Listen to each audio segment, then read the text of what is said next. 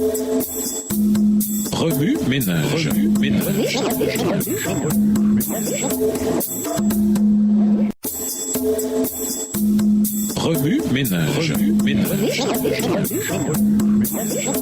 Bienvenue dans votre émission Remue-ménage. Voilà la leçon de dimanche, intérioriser l'invitation. La parabole des noces se compose de deux parties. La première décrit l'invitation aux noces et les conséquences du rejet de cette invitation. La seconde traite de l'homme qui, étant venu aux noces, refusa de revêtir l'habit de noces. En décrivant ceux qui déclinèrent une importante invitation de mariage, Jésus illustra le privilège auquel la nation historique d'Israël avait renoncé. Les Israélites étaient aux premières loges pour voir ce que Dieu voulait faire pour le monde à travers eux. Malheureusement, comme le rapporte l'Ancien Testament, le peuple élu de Dieu rejeta souvent l'invitation à la miséricorde qui lui était adressée. Dans la parabole, les messagers du roi furent ignorés, ridiculisés ou tués. Une illustration de la façon dont les prophètes envoyés en Israël furent traités. Dans la culture du 1er siècle, une invitation à un mariage obligeait pratiquement le destinataire à y assister. En outre, il ne s'agissait pas de mariage ordinaire, mais de mariage royal. Ne pas venir aux noces, c'était saper l'autorité du roi, ce qui était considéré comme une trahison. L'histoire s'intensifie lorsque le roi, désireux de donner une seconde chance à ces gens indifférents, leur envoya gracieusement une nouvelle invitation. Cette fois, le message indiquait que tout était prêt. Le roi attendait. Dans cette histoire biblique, nous voyons que Dieu a fait tout en son pouvoir pour entrer en contact avec le peuple qu'il avait choisi. Bien que toutes les dispositions aient été prises pour que l'humanité soit sauvée éternellement, très peu apprécient ce que Dieu, le roi et Jésus, le Fils, ont fait. Les réactions vont de l'indifférence à l'hostilité pure et simple. Certains de ceux qui transmettaient l'invitation du roi ont été tués. La parabole des noces est ainsi marquée du sang de nombreux martyrs qui n'ont fait qu'inviter les gens aux plus grandes noces qui soient, le mariage du Christ avec son peuple. En outre, elle comporte un élément prophétique. Jésus y décrit la destruction de la ville, de ceux qui ont refusé l'invitation et tué les serviteurs du roi. Jérusalem fut détruite en l'an 70, après que les Juifs eurent tué le Fils de Dieu et persécuté ses disciples. Une troisième invitation fut lancée, mais celle-ci ne se limitait pas à un groupe spécifique de personnes choisies. Lorsque Jésus raconta cette parabole, il savait que l'évangile irait bientôt aux païens. En rétrospective, on voit comment l'invitation à l'évangile s'est répandue dans le monde entier. Et aujourd'hui, elle est encore propagée dans le monde entier. Nous sommes tous invités au mariage de Jésus, l'époux et de son peuple, l'épouse. C'est un mariage qu'on ne voudra certainement pas manquer. Remue-ménage, revenez à votre texte écrit et étudiez le passage. Encerclez les mots ou expressions où il dit répéter. Soulignez les mots et expressions qui sont importants et qui signifient quelque chose pour vous. Reliez par une flèche les mots ou expressions aux autres mots ou expressions associés au connexe. Quels éclairages particuliers vos notes semblent-elles indiquer dans l'ensemble? Mémorisez votre verset préféré tiré de Matthieu 22 et versets 1 à 14. Écrivez-le plusieurs fois pour vous le rappeler plus facilement. Quelles sont les différentes émotions ressenties par le roi au cours des différentes étapes de cette histoire? D'après vous, quel message Jésus voulait-il donner à ceux qui écoutaient cette parabole? Au revoir. Et à demain si Dieu veut.